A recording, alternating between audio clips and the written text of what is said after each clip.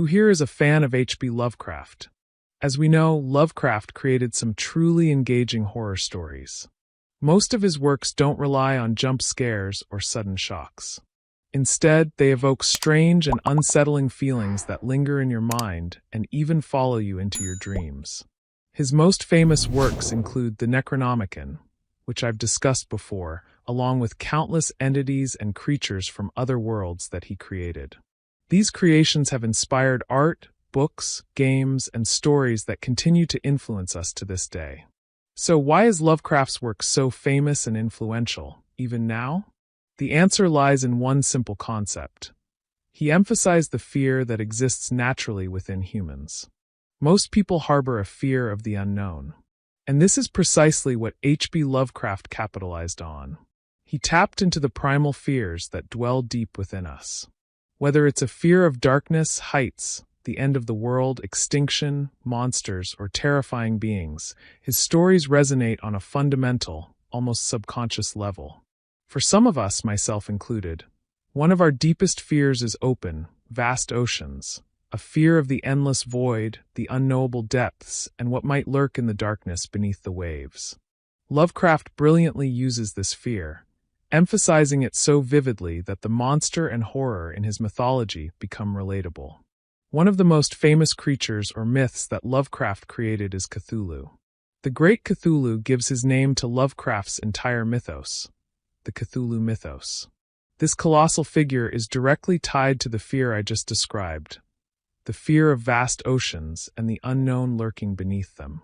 Cthulhu's connection to the sea adds a layer of unease and dread, making his legend even more compelling. Cthulhu was first introduced to the world by Lovecraft in his short story The Call of Cthulhu, which was published in the American magazine Weird Tales in 1928. The story follows a protagonist named Francis Wayland Thurston, who discovers mysterious documents and a strange statue owned by his great-uncle. These documents reveal strange dreams and eerie visions experienced by various people. Thurston begins to uncover clues about an unusual cult that worships a godlike entity.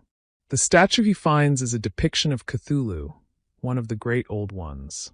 The Great Old Ones are ancient, extraterrestrial entities from other dimensions who now lie dormant on Earth, waiting to be awakened so they can destroy the world. Followers of Cthulhu believe that one day he will rise again because of certain signs, such as strange dreams shared by numerous people, the growing number of worshippers of the Great Old Ones, natural disasters, and even events like the alignment of stars. These followers, often referred to as the Cult of Cthulhu, repeatedly mention Relaya, the submerged city where the great Cthulhu slumbers. The premise of the Call of Cthulhu builds on the terrifying experiences of a Norwegian sailor, Gustav Johansen, who reportedly came face to face with the monstrous Cthulhu. At one point in the story, Thurston stumbles upon a news article about Gustav Johansen, the sailor who was found alone on a derelict ship. Johansen carried with him a peculiar statue that looked almost identical to the one Thurston had discovered earlier. In Johansen's diary, he recounts how he and his crew were shipwrecked on an uncharted island. The island contained strange architecture, buildings with shapes and geometries that defied earthly norms. As they explored the island, they reached a massive gate, which suddenly opened to reveal a gigantic, horrifying creature. This entity was none other than Cthulhu. His head and face resembled that of an octopus, covered in writhing tentacles. His torso was humanoid, while his massive wings were dragon-like.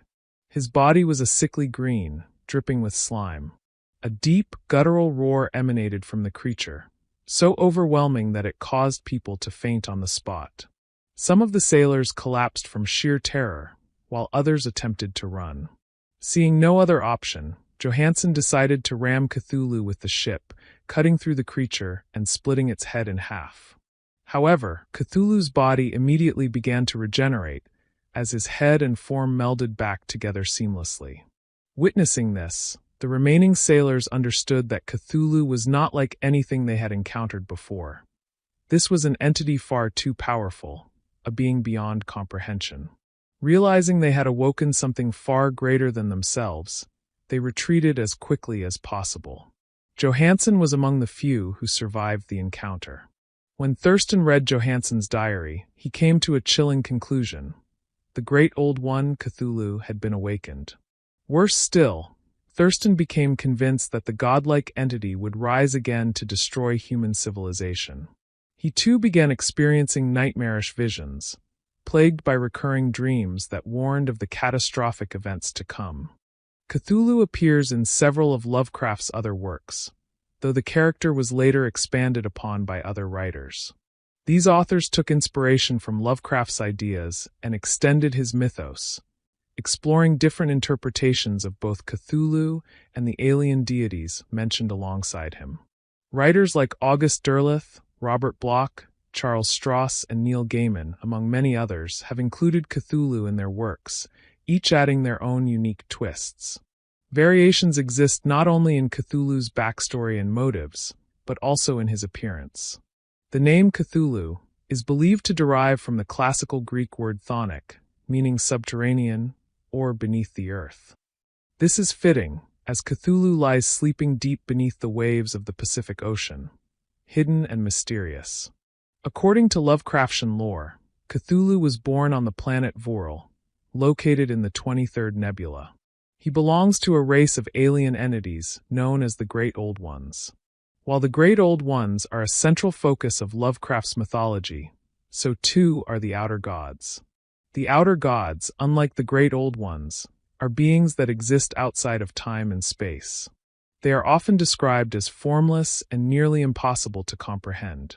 For example, Azathoth, known as the leader of the Outer Gods, is described as a massive, writhing darkness with countless eyes and tentacles.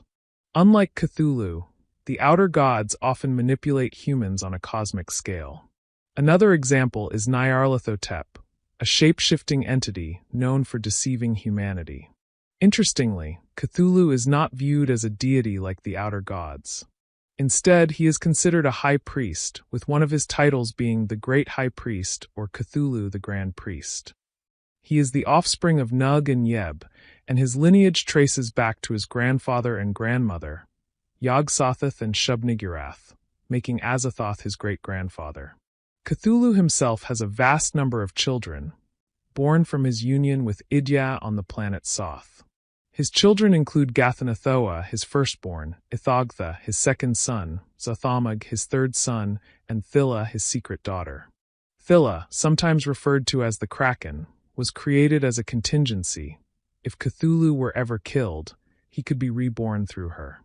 Cthulhu and his children embarked on interstellar journeys across the cosmos, with Earth being their ultimate destination. They weren't alone, however, as they traveled alongside entities known as the Star Spawn of Cthulhu. The exact origins of the Star Spawn remain unclear, but it is speculated that they might be shape-shifting aliens who adopted forms resembling Cthulhu as a sign of their devotion or genetic alignment with him. Upon arriving on Earth, Cthulhu and his followers quickly clashed with another species already inhabiting the planet, the Elder Things. These Elder Things had colonized Earth over 1 billion years before and considered it their domain. This led to a long and brutal war between the Elder Things and Cthulhu's Star Spawn. However, after years of conflict, both sides agreed to establish a truce. The Elder Things continued to dominate the ancient Antarctic plains and other regions, while Cthulhu and his kin claimed the deep ocean. It was in this newfound dominion that they established the great sunken city of R'lyeh. R'lyeh was described as a vast and alien metropolis, constructed from unimaginable materials and designed in non-Euclidean architecture. This means its geometry defied the natural laws of physics, with angles that didn't meet as they should and structures that felt paradoxical to the human mind. The city was adorned with colossal emerald statues dedicated to Cthulhu, testifying to the reverence and fear he commanded. It became known as the Great Corpse City of R'lyeh. Here, Cthulhu reigned alongside the Star Spawn while the Elder Things managed their territories from the ancient ruins near Antarctica. But something catastrophic occurred, an event shrouded in speculation. Some theorize that the sinking of R'lyeh into the ocean depths was the result of an alien attack, while others believe it was caused by natural disasters or cosmic forces. Whatever the reason, R'lyeh sank into the abyss, and Cthulhu, along with his children and followers, became trapped beneath the waves. They entered a state of perpetual slumber, a hibernation that would last for millennia. Despite Cthulhu's deep slumber, his influence didn't fade entirely. Through their dreams, humans unknowingly maintained a connection to him. Some individuals, plagued by nightmarish visions of R'lyeh and the Great Old One, began forming a secretive cult dedicated to worshipping Cthulhu.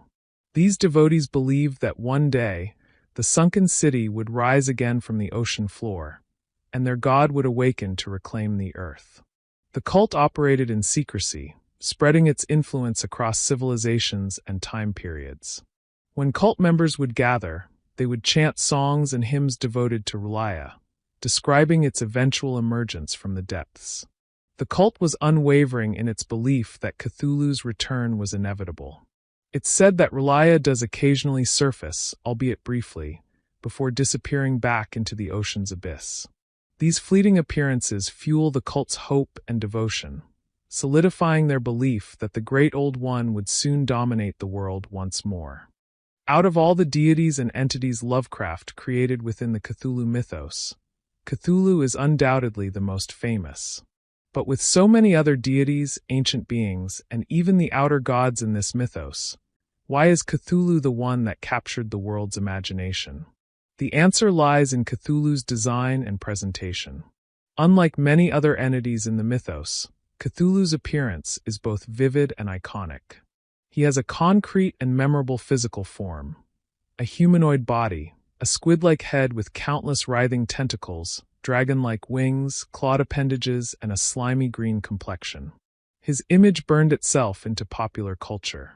Even if someone doesn't recognize his name, they know of him the moment they see a depiction.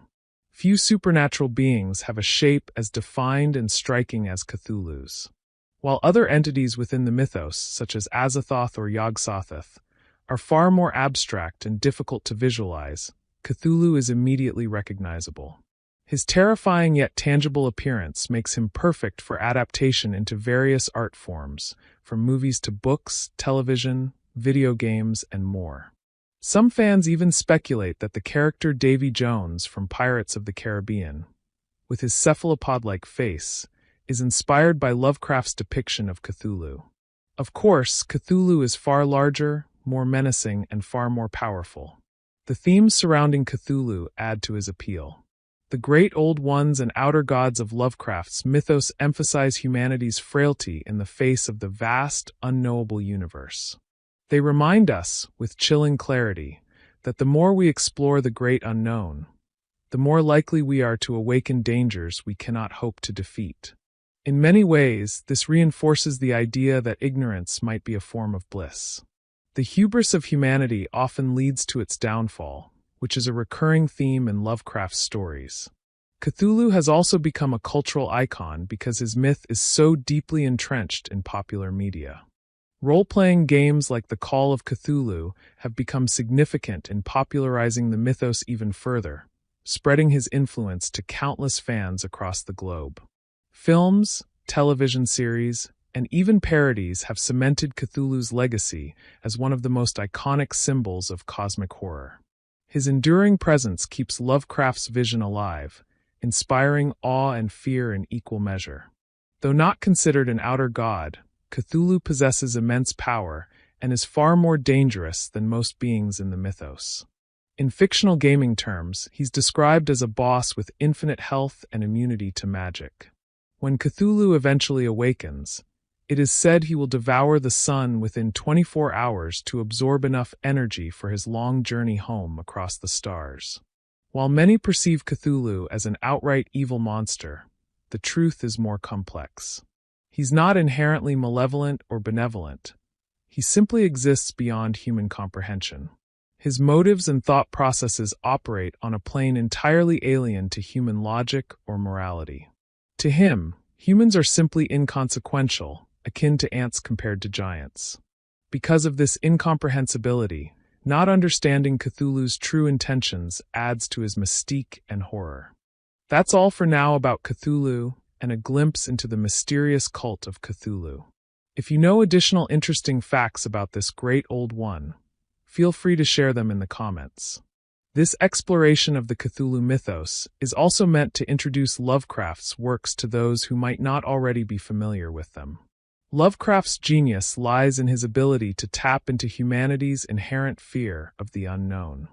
His storytelling successfully made readers feel minuscule and insignificant amid the vastness of the universe. Cthulhu symbolizes these feelings while being the most recognizable face of cosmic horror.